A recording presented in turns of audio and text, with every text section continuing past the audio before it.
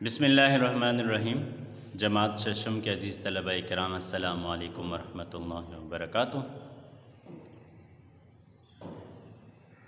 بیٹا،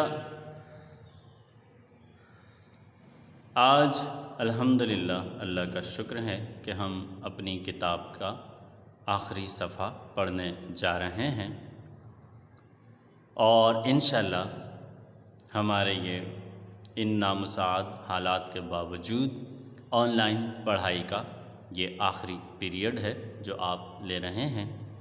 اللہ تعالیٰ کا جتنا بھی شکر ادا کیا جائے بیٹا کم ہے، صرف الفاظ کی حد تک نہیں، حقیقت میں بھی یہ اللہ تعالیٰ کی عنایت ہے، اور یہ اللہ تعالیٰ کا کرم ہے کہ ان حالات کے باوجود ہماری پڑھائی کا سلسلہ جاری رہا اور ہم علم حاصل کرتے رہے، ہمارے علم کا تسلسل برقرار رہا۔ اللہ تعالیٰ سے دعا گو ہیں کہ اللہ تعالیٰ ہمارے علم میں برکت عطا فرمائے اور اسی طرح ہمارے علم میں اضافہ ہوتا رہے۔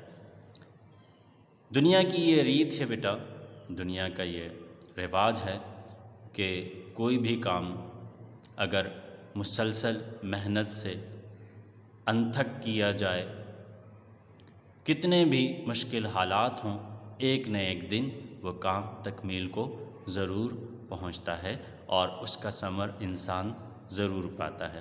اس بات پر جتنا بھی اللہ کا شکر ادا کیا جائے کم ہے، اور میں آپ کو بھی یہ ہدایت دیتا ہوں اور آپ سے یہ توقع کرتا ہوں کہ آپ بھی انشاءاللہ شکرانے کے نوافل آج ادا کریں گے اور اللہ تعالیٰ سے دعا کریں گے اور اللہ تعالیٰ کا شکریہ ادا کریں گے کہ ہمارے علم کا یہ سلسلہ جاری و ساری رہے اور اس علم سے ہمیں فائدہ بھی پہنچتا رہے۔ اپنی کتاب کا آخری صفحہ ملاحظہ فرمائیے، صفحہ نمبر 108، اردو کی چھٹی کتاب صفحہ نمبر 108 ملاحظہ فرمائیے۔ جی بیٹا، صفحہ نمبر 108، کتاب کا آخری سبق جو کہ ایک نظم پر مشتمل ہے، عنوان ہے چیونٹی۔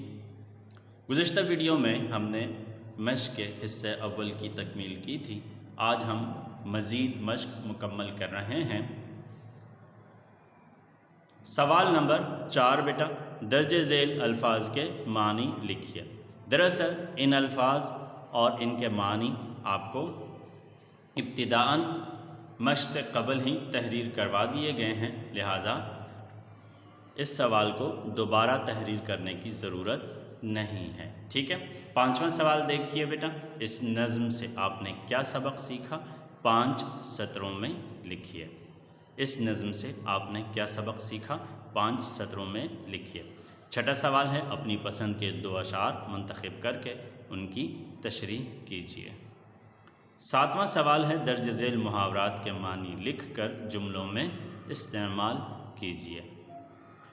مشق کے تحت 8واں سوال، اس نظم کو نثر کی صورت میں چند سطروں میں بیان کیجیے۔ نثر کی صورت میں چند سطروں میں بیان کیجیے۔ اور 9واں اور آخری سوال ہے، دیے گئے الفاظ کے مترادف اور متضاد لکھیے۔ ٹھیک ہے بیٹا، تو بڑھتے ہیں عملی کام کی جانب۔ آپ کی آسانی کے لیے ہم نے اسے تحریر کر لیا ہے، ملاحظہ فرمائیے۔ جی بیٹا،